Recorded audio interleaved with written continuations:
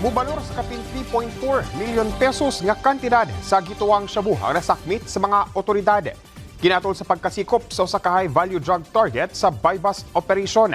Sa Kulambugan, Lanao del Norte, netong Hulyo 13 ning tuiga. Gilang dinakpan nga si alias Macarambon, 39 anyos nga residente sa poblasyon Kulambugan.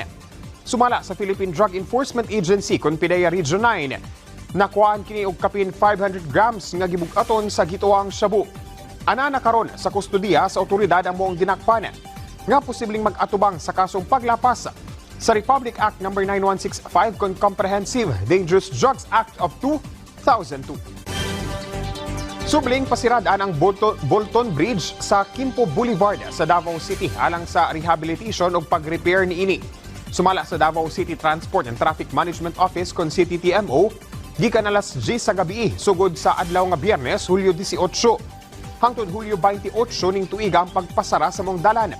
Apan sa southbound lane lamang sa Bolton Bridge ang isirado ug magpabilin nga abli ang northbound lane area. Himuon kini sanglit dili nakasaligan ang structural integrity sa mong tulay tungod sa nilabay nga mga sunog ug linog nga nasinati. Mag-deploy sabang City TMO og mga personahe aron nga magdumala sa dagan sa trapiko dinhi.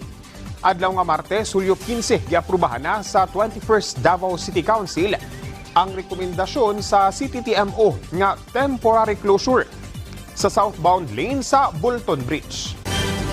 Og mga kato, mga nagunang balita din sa PTV Davao. Ako si Jay Lagak para sa Pambansang TV sa Bagong Pilipinas.